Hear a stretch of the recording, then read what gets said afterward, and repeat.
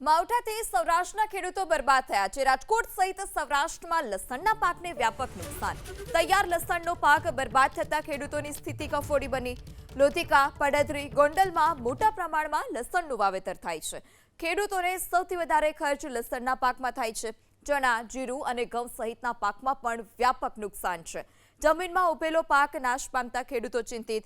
પાક જમીનદોસ્ત થતા હવે કોઈ ઉત્પાદન મળવાની આશા નથી। જગતનો તાત હાલ અત્યારે પાયમાલ।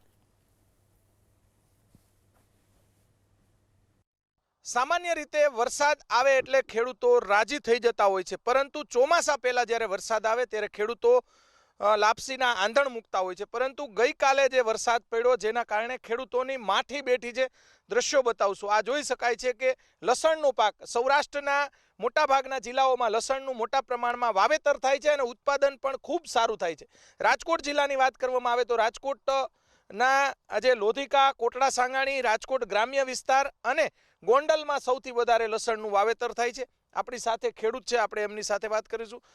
શું નામ તમારું? મારું નામ રવજીભાઈ। રવજીભાઈ, શું આમાં નુકસાન આખી વાત કરો। ગઈકાલે વરસાદ પડ્યો, તમારે ખૂબ નુકસાન થયું છે। નુકસાન તો તમે કહો ને, જો આમાં આનો ખર્ચો વધારે થાય છે લસણમાં। તો ખાતર, દવા, બિયારણ બધા કરતાં વધારે લસણમાં ખર્ચો હોય છે, કારણ કે અમારામાં વીઘે લગભગ ઓછામાં ઓછો 20,000નો ખર્ચો લાગી ગયો। સૌથી વધારે આ મોંઘું। ઉત્પાદન કરવામાં નકર ભાવ સારા છે, પણ હવે આમાં ભાવ સારા થાય આમાં શું કરવાનું લ્યો? આ તો કારું પડી ગયું, કોણ રાખશે? હા બોલો। પડલી ગયું એટલે કારું પડી ગયું, અને કોઈ વેપારી કોઈ રાખે નહીં। કોઈ વાત જી ભાવે આવે ભાવ જવા દેવું પડે હવે। બરોબર, અત્યારે ભાવ સારા બીજા પાક કરતા સારા માલના ભાવ સારા છે ને એમ તો સારું છે, ભાવ સારા છે અમને એમ તો ના ભાવ તો સારા છે, નહીં વાંધો આવે।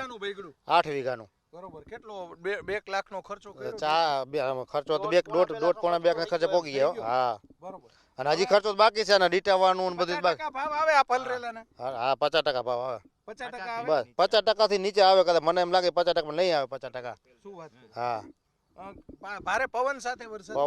ભારે પવન સાથે તમે અહીંયા ઊભા નહોતું રહેવાતું, હું ખેતરમાં અંદર ગરાતું નહોતું।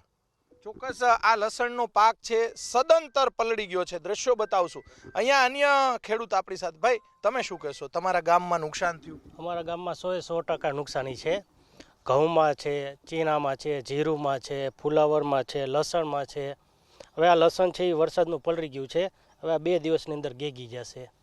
પછી આમાંથી લગભગ 50% ઉપર તો લસણ અમારે ફેંકી જ દેવાનું રહેશે, અને બાકીનું જે યાર્ડમાં લઈને જઈશું એના 50% ભાવ નહીં આવે।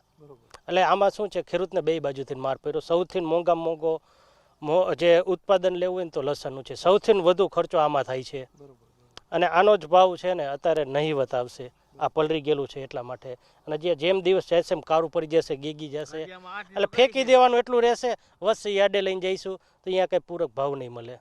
ચોક્કસ ખેડૂતોનું જે ખેતર છે બતાવશું। ગઈકાલે જે ભારે વરસાદ પડ્યો, આ એક ખેતર નહીં પરંતુ સૌરાષ્ટ્રની અંદર હજારો એવા ખેતરો છે કે જ્યાં શિયાળુ પાકમાં નુકસાન થયું। ઘઉં, ચણા, લસણ, જીરું સહિતના પાકમાં નુકસાન થયું। અત્યારે તૈયાર લસણનો જે પાક છે, સામાન્ય રીતે લસણ મોડું પાકતું હોય છે, અને પાક ઉપર જ્યારે આવ્યું ત્યારે જ જે ગઈકાલે વરસાદ માવઠું વેરી બનીને આવ્યું અને ખેડૂતોની મુશ્કેલીમાં વધારો થયો। જે રીતે ચોમાસાનો જે ખરીફ પાક છે તેમાં નુકસાન થયું હતું, તેના કરતાં પણ અત્યારે વધારે અન્ય પાકોની અંદર જે શિયાળુ પાક છે તેની અંદર નુકસાન થયું છે।